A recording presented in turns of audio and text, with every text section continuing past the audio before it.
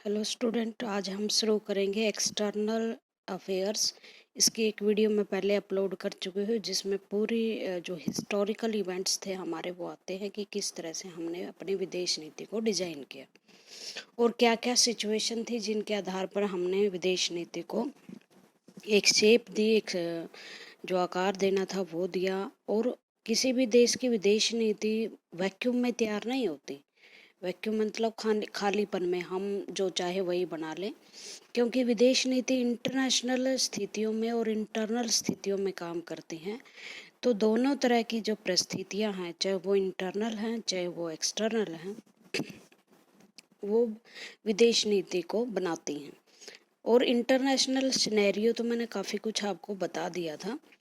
थोड़ी बहुत हम इंटरनल भी डिस्कशन कर लेते हैं कि हम ये नीतियाँ क्यों अपना रहे थे।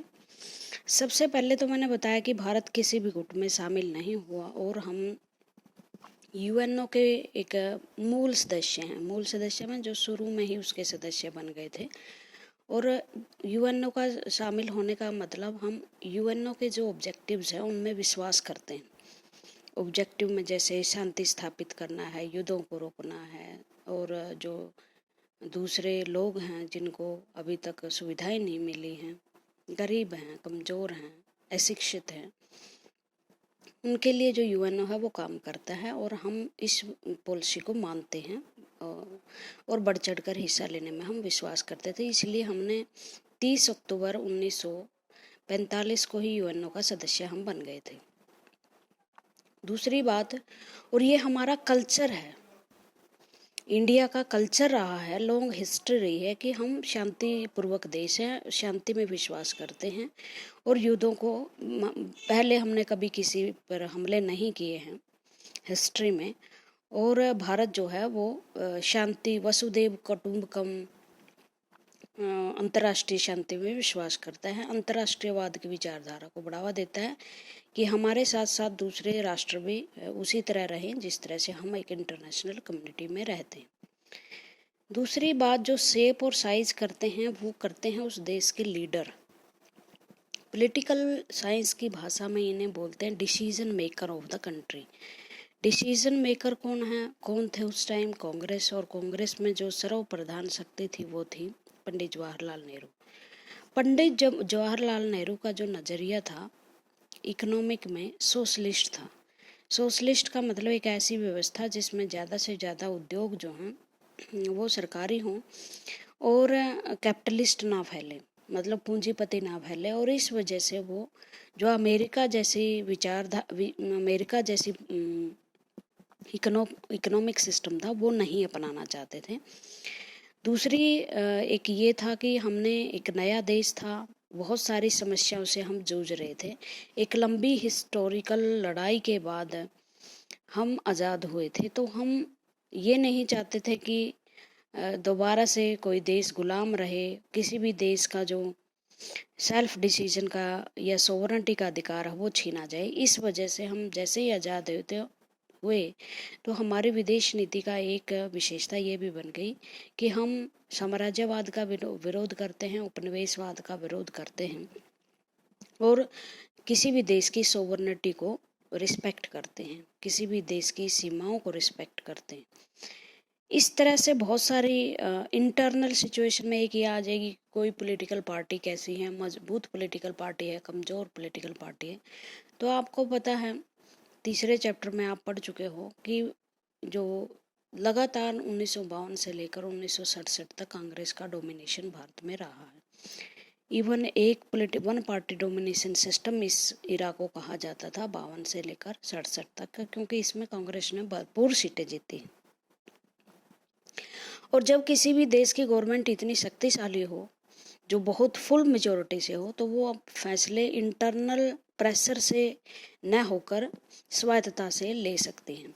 जैसे हमारे देश के बहुत सारे नेता ये नेहरू जी पर आरोप लगाते थे कि आप क्यों नहीं किसी भी गुट में शामिल हो रहे हैं, क्योंकि पाकिस्तान और चाइना जो है वो एक गुट में शामिल हो गए हैं। दूसरे गुट की हमें ज़रूरत है जो इन दुश्मन देशों को के साथ हम शामिल होकर एक बैलेंस, शक्ति संतुलन जिसे कहते हैं, वो स्थापित कर सकें एशिया में। लेकिन और सरकार बहुमत में थी तो नेहरू जी ने और इस प्रेशर में वो नहीं आए, जो विपक्ष का प्रेशर था, और इस वजह से भी उन्होंने नॉन अलाइनमेंट की पॉलिसी चुनी। अब हम पढ़ते हैं थोड़ा बहुत जो बुक से हैं, लाइन टू लाइन पढ़ेंगे ताकि जो सारे आपके वेरी शॉर्ट आंसर क्वेश्चन है वो कंप्लीट हो जाए और आपको समझ में आ जाए। Foreign policy and diplomacy. Foreign policy किसके तहत चलती है? डिप्लोमेसी के तरह, कूटनीति। आपने अगर रामायण महाभारत, अभी कोविड-19 का जो लॉकडाउन चल रहा है उसमें देखा हो तो दूत आते थे, शांति दूत बनकर, कोई भी एक राजा का दूसरे दरबार में दूत आते थे, वो मैसेज लेकर आते थे राजा की तरफ से। वर्तमान में जो इंटरनेशनल पॉलिटिक्स है वो भी एक डिप्लोमेटिक संबंधों पर आधारित है। हम भी दूसरे देशों से जो संबंध स्थापित करते हैं तो वो डिप्लोमेट्स की ओर से होते हैं। डिप्लोमेट मैंने होते हैं कूटनीतिज्ञ। एक आपने सिविल सर्विसेज का नाम सुना होगा, यूपीएससी टेस्ट लेती है, उसमें फॉरेन सर्विसेज होती हैं।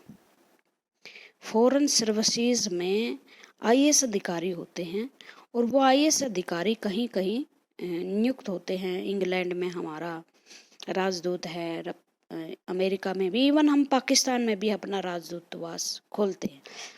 वो दूतावास जो होता है वो एक देश का प्रतिनिधित्व करता है उस देश में जिसमें उसको नियुक्त किया जाता है। जैसे राष्ट्रपति के पास पावर है हमारे यहाँ कि वो राजदूत को नियुक्त करता है। ये डिप्लोमेट्स अपनी सरकार की तरफ से दूसरी सरकार से बातचीत करते हैं, समझौते करते हैं। तो foreign policy are the two means through which the process of international policy operates. विदेश नीति और कूटनीति दो एक ऐसी चीज है जिससे हम फॉरेन रिलेशंस या इंटरनेशनल रिलेशन स्थापित करते हैं। Every state like an individual wants to promote its own interest. मैंने आपको ये बताया था कि फॉरेन पॉलिसी किस पे डिपेंड करती है, किस पर आधारित होती है। वो होते हैं आपके ओन इंटरेस्ट, आपके हित, और इन्हें बोलते हैं नेशन इंटरेस्ट। अगर आपकी फॉरेन पॉलिसी आपके नेशनल हितों को प्रमोट नहीं कर पाती तो इसका मतलब आप विदेश नीति के रूप में फेल है। These interest are called national interest. इन्हें क्या कहते हैं? राष्ट्रहित कहते हैं। और राष्ट्रहित का मतलब, जैसे हमने पाकिस्तान से समझौता किया है, सिंधु नदी जल समझौता, सिंधु नदी यहाँ बहती है, थोड़ा सा हिस्सा भारत में आता है, बाकी जो भारत से नदियाँ जाती हैं, झेलम, चिनाब, रावी, उनको लेकर समझौते किए हैं कि कुछ पानी हमें मिलेगा और कुछ पानी पाकिस्तान को मिलेगा। मान लो ये समझौता हो गया। नेशनल इंटरेस्ट भारत के इसमें है कि हमें ज़्यादा से ज़्यादा पानी मिले। हम पाकिस्तान से समझौता तभी करेंगे जिसमें भारत का ज़्यादा हित हो। हम ऐसा समझौता कभी नहीं करेंगे जो नेशनल हितों को हानि पहुंचाता हो। These interest of the foreign policy behaviour of the state. और ये जो इंटरेस्ट होते हैं यही किसी भी देश की विदेश नीति को तय करते हैं। The primary object of the foreign policy is therefore tick adjustment in the behaviour of other state in favour of own self. और सबसे बड़ा ऑब्जेक्टिव क्या है, ये आप लिख लेना question, what do you mean by foreign policy and it's objectives. तो ऑब्जेक्टिव्स ये आगे, फॉरेन पॉलिसी का फर्स्ट ऑब्जेक्टिव है नेशनल इंटरेस्ट को पूरा करना। जो इंटरनेशनल स्टेट्स हैं, अंतर्राष्ट्रीय राज्य हैं, उनके बीच में एडजस्ट होना, लेकिन एडजस्ट कुछ लेकर नहीं, देकर नहीं, अपने इंटरेस्ट को पूरा करके। India is no exception to this rule. India का भी यही रूल है, हर देश का यही rule. Since independence India's foreign policy has been determined by the national interest and fundamentally the foreign policy has been rooted in the historical background.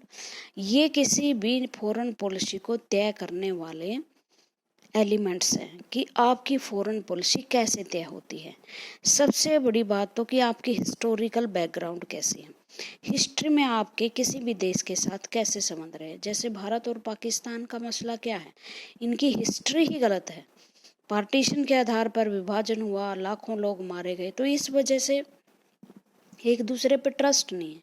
इसी तरह से चाइना है, चाइना के साथ हमारे 2 युद्ध हो चुका है 1962 में। बहुत सारा जो इलाका है हमारे वहाँ से जीत लिया गया। लेकिन अफ़गानिस्तान के साथ हमारे बड़े अच्छे संबंध है, क्योंकि अफ़गानिस्तान इंडिया के बड़ा क्लोज है। तो हिस्टोरिकल बैकग्राउंड, पॉलिटिकल इंस्टीट्यूशन का मतलब हुआ है कि जैसे यूएसएसआर और यूएसए, इनके संबंध एक दूसरे से खराब क्यों हैं? क्योंकि इनकी पॉलिटिकल इंस्टीट्यूशन, वहाँ जो अमेरिका में पॉलिटिकल इंस्टीट्यूशन है वो लिबरल गवर्नमेंट है, और यहाँ जो है वो कम्युनिस्ट गवर्नमेंट है।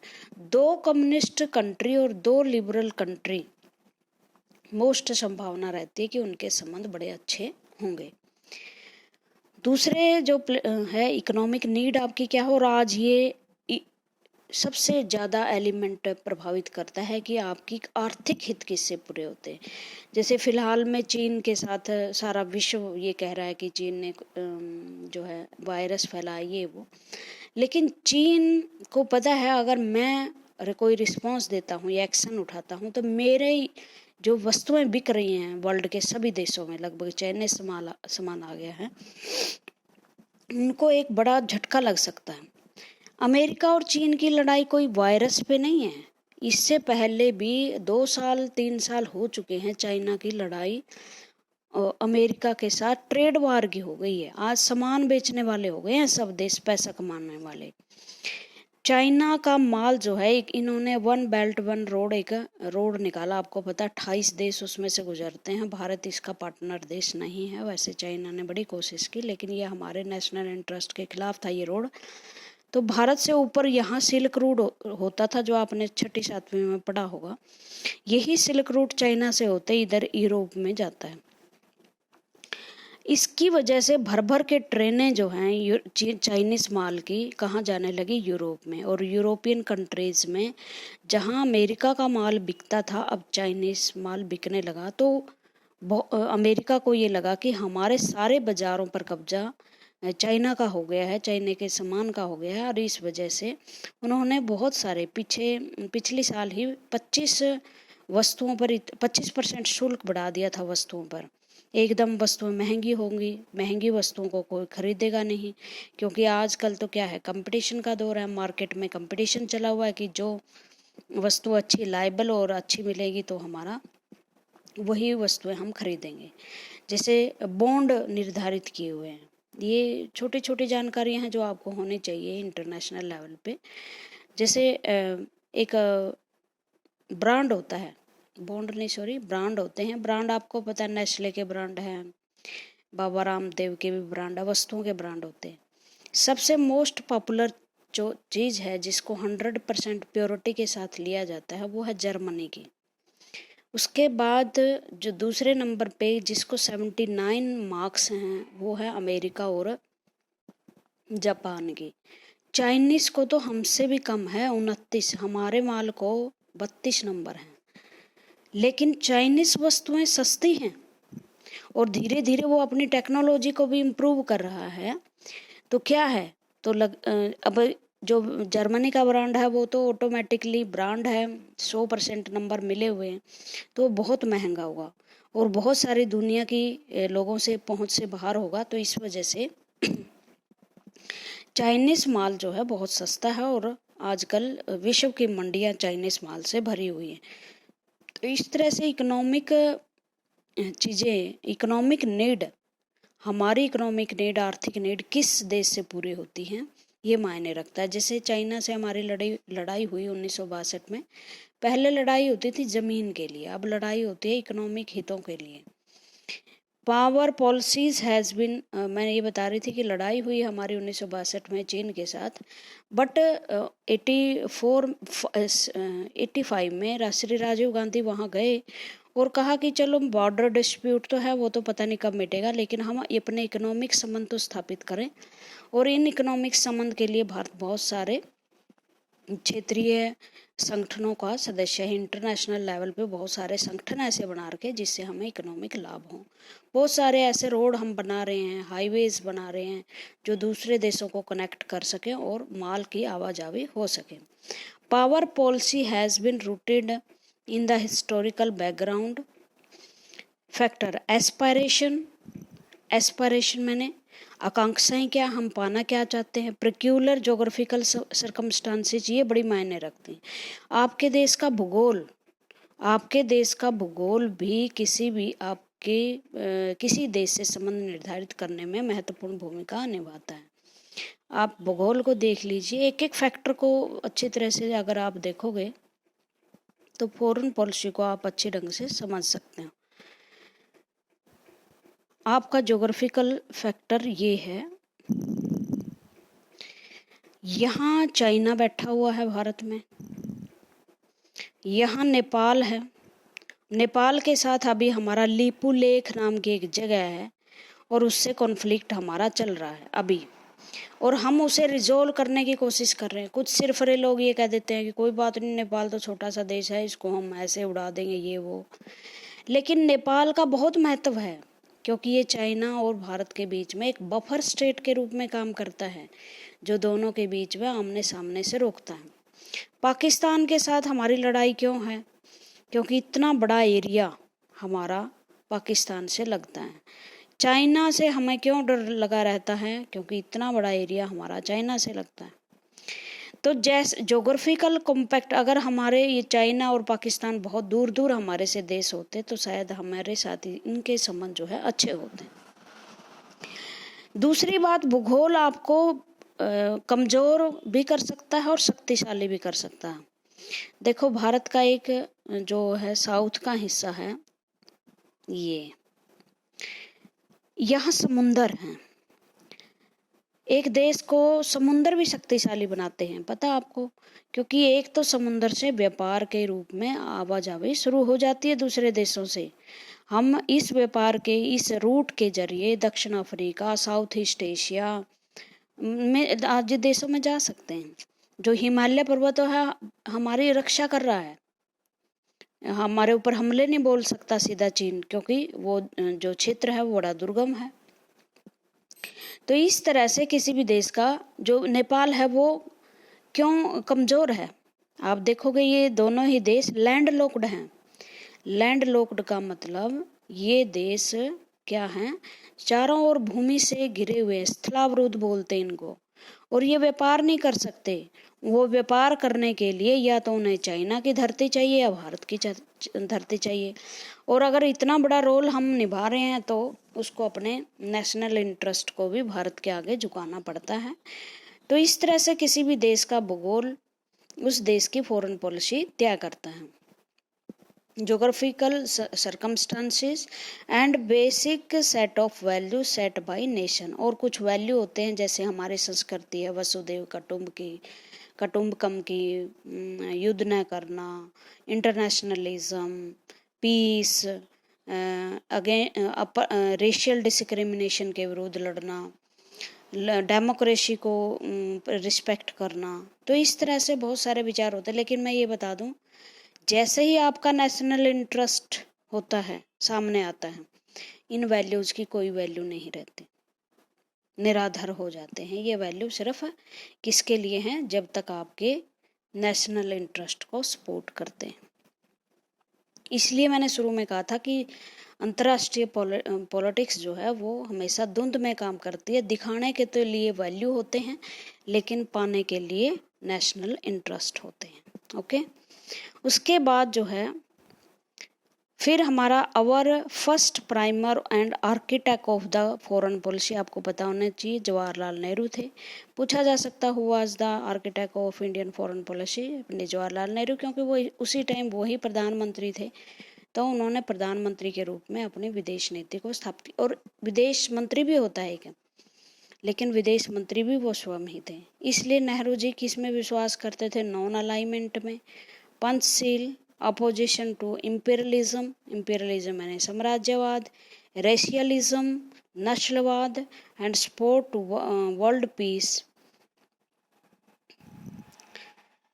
have been the effect of Indian foreign policies. The war with China 1962, ये wars के भी डेट याद रखना, with Pakistan 1948, 1965, 1971, 1999, and Indian nuclear program have been shaped by the international interest. Nuclear policy के बारे में अभी मैंने जिक्र नहीं किया क्योंकि इसके बारे में भी एक पूरा सा लेक्चर बनेगा और तब इसको करेंगे। उसके बाद जैसे ही हमने 1945 के बाद हमें सोवरेनिटी मिली और हम कर्ता धर्ता बन गए अपने देश के, तो हमें अपनी फॉरेन पॉलिसी को क्या करना था, डिज़ाइन करना था। और मैंने बताया कि ये दो फैक्टर से प्रभावित होती है, एक इंटरनेशनल और एक नेशनल। तो इंटरनेशनल सिनेरियो कैसे था, मैंने बहुत आपको सारी चीज़ें इंटरनेशनल रिलेशन की बताई हैं कि वार हो चुका था, सेकेंड वर्ल्ड वार, और उसके बाद जो पुरानी शक्तियां थी, सुपर पावर्स थी, फ्रांस, इंग्लैंड वगैरह, वो क्या हो चुकी थी, वो कमज़ोर हो चुकी थी और दुनिया में एक पावरफुल देश का वैक्यूम जो है वो रह रहा था और भरना था। तो दोनों यूएसएसआर, यूएसए सुपर पावर ये चाहती थी कि उनकी हेजेमनी स्थापित हो जाए। और फिर जो आइडियोलॉजिकल कॉन्फ्लिक्ट थे, नए जो उभरे हुए देश थे एशिया अफ्रीका के, जो नए नए स्वतंत्र हुए थे, उनकी अपनी एक समस्याएं थी, भारत की अपनी समस्याएं थी, विकास की समस्याएं थी, गरीबी, भूखमरी, पॉवर्टी, इनको दूर करने की समस्या थी। तो उस टाइम कैसा इंटरनेशनल सिनेरियो था। The India nation was born और become independent in very hostile atmosphere, गर्म माहौल था, सेकेंड वर्ल्ड वार हुआ था अभी, और the world has been hazardous war and was trying to restart the process of reconstructing. अभी अभी सेकेंड वर्ल्ड वार हुआ था और विश्व अपने आप को पुनर्निर्माण कर रहा था। इसके साथ ही न्यू इंटरनेशनल ऑर्गेनाइजेशन बनी थी, यूएनओ। मैनी न्यू स्टेट, बहुत सारी स्टेट उभरी थी नई नई एशिया और अफ्रीका के कारण। कलोनियलिज्म होता उपनिवेशवाद, उसको समाप्त करने के लिए। और उसके बाद जो दो गुट थे वो हो गए थे, तो डेमोक्रेसी को भी चैलेंज हो गया था। In global situation India had its own concern, India की अपनी भी चिंताएं थी। कुछ तो ब्रिटिश हमें लेगेसी में क्या दे के गए थे, बहुत सारे इंटरनेशनल डिस्प्यूट दे के गए थे। क्यों? क्योंकि इंडिपेंडेंस एक्ट 1947 के तहत ना चाइना के साथ हमारी बॉर्डर की जितनी संधियां हुई थी वो भी सही नहीं थी, पाकिस्तान के जो साथ हुआ था वो नहीं थी। तो इस तरह से प्रॉब्लम बहुत थी, गरीबी को दूर करने की प्रॉब्लम थी, बाहरी जो प्रेशर थे, पार्टीशन से जो समस्याएं उभरी थी, इस तरह से बहुत सारी समस्याएं थी। और जैसे ही भारत आज़ाद हुआ था, कोल्ड वार शुरू हो गया। कोल्ड वार मैंने बताया अमेरिका और रशिया के बीच में। और सब कुछ हमने क्या करना था, पीस स्थापित करनी थी, अपना कॉन्स्टिट्यूशन बनाना था। देखो हमारा कॉन्स्टिट्यूशन में भी एक पार्ट है, पार्ट 4, जिसे डायरेक्टिव प्रिंसिपल ऑफ स्टेट कहते हैं। ये आप +1 में पढ़ चुके हो। 4, इसकी एक आर्टिकल है 51। इसमें इंटरनेशनल लेवल पे कैसी फॉरेन पॉलिसी होगी ये तय किया गया। हमने संविधान में ही लिख दिया कि एज ए नेशन हमारी फॉरेन पॉलिसी क्या होगी। ओके, और ये आपकी दिखाई गई है इसमें। Article 51 constitution had down the directive principle of policy promotion of international peace and security. और उसमें एक उद्देश्य हमारा इंटरनेशनल पीस एंड सिक्योरिटी को बढ़ावा देना, maintaining just and honourable relation between nations, राष्ट्रों के बीच में रिस्पेक्टफुल संबंध स्थापित करना, foster respect for international law, treaty organisation in dealing of organised people with one another, एक दूसरे के साथ संधियां करना, समझौते करना, ताकि इंटरनेशनल कानून के रिस्पेक्ट करना। इंटरनेशनल कानून भी है आपको, वो आगे आप पढ़ोगे बड़ी क्लासेस में। Encourage settlement of international dispute by arbitration. Arbitration होता मध्यस्थता। इसके अनुसार कि अगर दो देशों में लड़ाई है तो बीच में मध्यस्थ बन के लड़ाई को टाल देना और इंटरनेशनल डिस्प्यूट को खत्म कर देना। उसके बाद relevance of the foreign policy. Relevance of the foreign policy क्या है? The behaviour of an individual और family is conditioned by the both external and internal factor. ये मैंने आपको बता दिया कि इंटरनल और एक्सटर्नल फैक्टर किस तरह से प्रभावित करते हैं। The same interview with about the foreign policy, it is conditioned by both domestic, घरेलू और अंतर्राष्ट्रीय जो इन्वायरमेंट है उससे हमारे संबंध तय होते हैं। Developing state lack the requisite effectiveness and resources to. देखो, जो हमारा देश एक डेवलपिंग कंट्री है, हम डेवलप नहीं हुए अभी, और डेवलपिंग कंट्री को बहुत सारे देशों से मदद लेनी होती है, उसे बहुत सारी नीड होती हैं, साइंस एंड टेक्नोलॉजी की, पैसे की, अन्न की, बहुत सारी वस्तुओं की। तो इस वजह से क्या है, ताकि वो अपने रिसोर्सेज जो है अपने देश का विकास कर सके, और डेवलपिंग कंट्री के पास ये सब चीज़ों की कमी होती है, ना तो वो अपने रिसोर्सेज का सही ढंग से प्रयोग करने के लिए साइंस एंड टेक्नोलॉजी उनके पास होती है। तो इसलिए उनको क्या करना होता है, ऐसे देशों से संबंध स्थापित करने पड़ते हैं जो उनको इस मामले में हेल्प कर सके। फिर उनका फोकस होता है कि हमारे देश में तो पीस रहे ही, साथ में पड़ोसी देशों में भी शांति रहे, क्योंकि अगर पड़ोसी देशों में शांति नहीं होगी तो उनका असर पड़ोसी हमारे देश पर भी पड़ता है।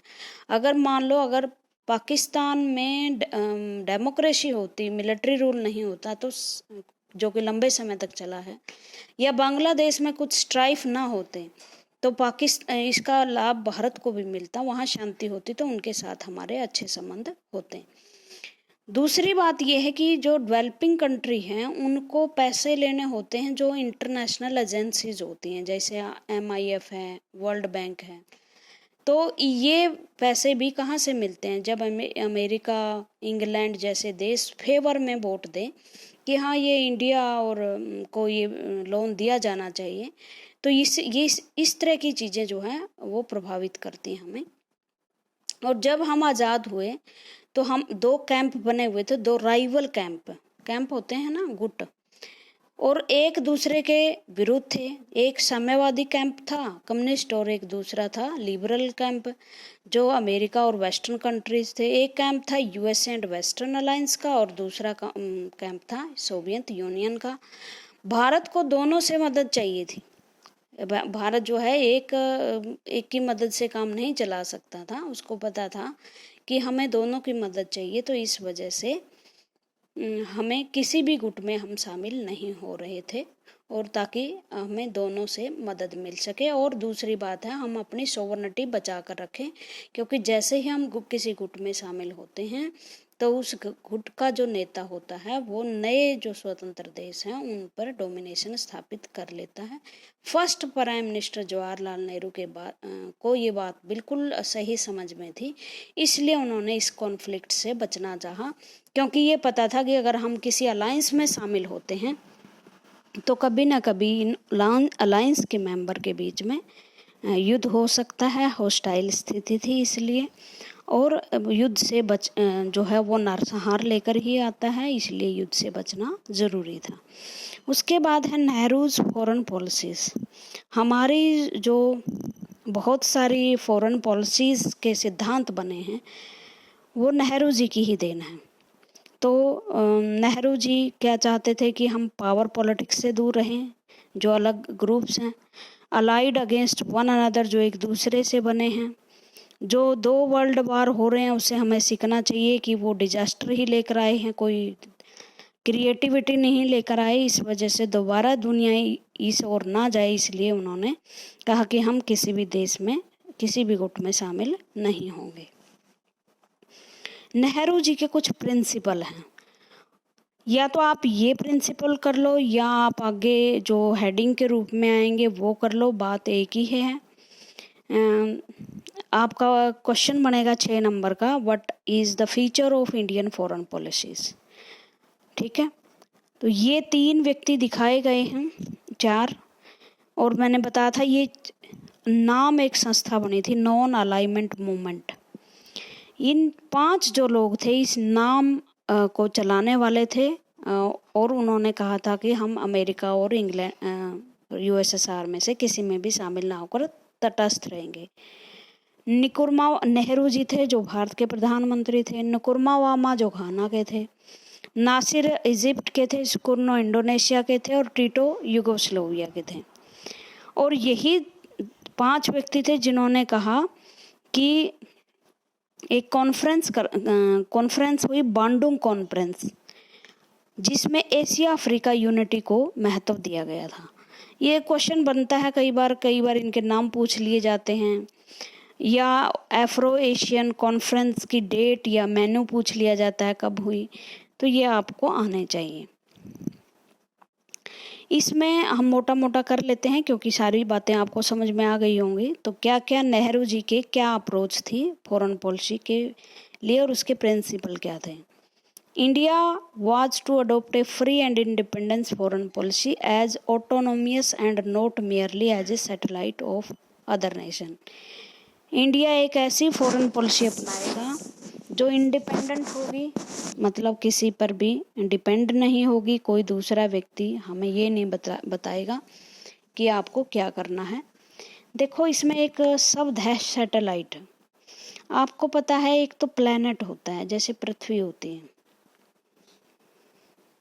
इसके चारों ओर घूमने वाली जो चीज़ है वो चंद्रमा, जिसे सैटेलाइट बोलते हैं, उपग्रह। जो है एक मेन चीज़ होती है और सैटेलाइट का मतलब होता है इसकी कोई वैल्यू नहीं है। अगर बीच वाली चीज़ ख़त्म हो जाए तो सैटेलाइट की अस्तित्व मिट जाएगा। गुरुत्वाकर्षण बल के कारण ही घूमता है ना। तो ये कहता है कि हम तो धुरी बनना चाहते हैं, हम सैटेलाइट नहीं बनेंगे, दूसरे के चारों ओर नहीं घूमेंगे कि अमेरिका सेंटर में है और अमेरिका जो कहेगा वो वही हम करेंगे, या यूएसएसआर के चारों ओर हम घूमते रहेंगे। जैसे मिलिट्री अलायंस बन रही है नाटो सीटो, वो उसका जिक्र आगे आएगा। वो हम ऐसी फॉरेन पॉलिसी नहीं अपनाना चाहते। हम तो ऐसी फॉरेन पॉलिसी अपनाना चाहते हैं जिसमें हम खुद सोवरन हों, हमें कोई ये ना बताए कि आप किसके साथ कैसे संबंध स्थापित करें। दूसरा था Nehru supported the United nation at its objective. दूसरी बात ये थी और कि यूएनओ को हम जितने भी यूएनओ के उद्देश्य हैं उनको हम सपोर्ट करते हैं, उनकी रिस्पेक्ट करते हैं। और एक शब्द है सेल्फ डिटर्मिनेशन। सेल्फ डिटर्मिनेशन का मतलब होता है आत्मनिर्णय। ना 11वीं में ये एक शब्द था। आत्मनिर्णय का मतलब हर राष्ट्र आज़ाद है और वो अपना, उसके पास आत्मनिर्णय का अधिकार है। कोई दूसरा व्यक्ति ये नहीं बताएगा या देश ये नहीं बताएगा उसे क्या करना चाहिए। उसके बाद है 2 गुट बने, यूएसएसआर, दो पावर ब्लॉक बने, 2 पावर ब्लॉक यूएसएसए और यूएसएसआर के उसमें लीडरशिप में। और फिर चला शीत युद्ध, कोल्ड वार। मतलब ये वार शीत युद्ध था। हॉस्टाइल स्थिति तो इतनी थी कि कभी भी युद्ध हो सकता है।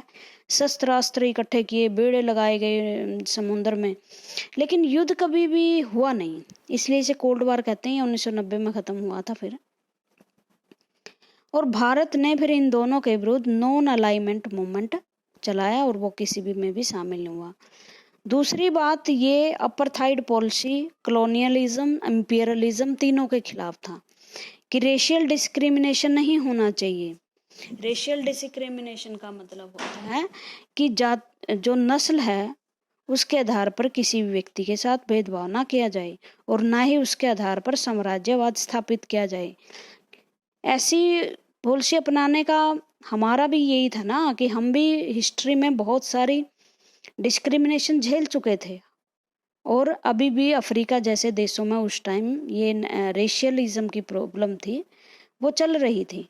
जो अंग्रेज लोग हैं लोगों पर अत्याचार करते थे, जो अफ्रीकन कंट्रीज थे उनके आधार पर। बाकी कल पढ़ेंगे। Thank you very much.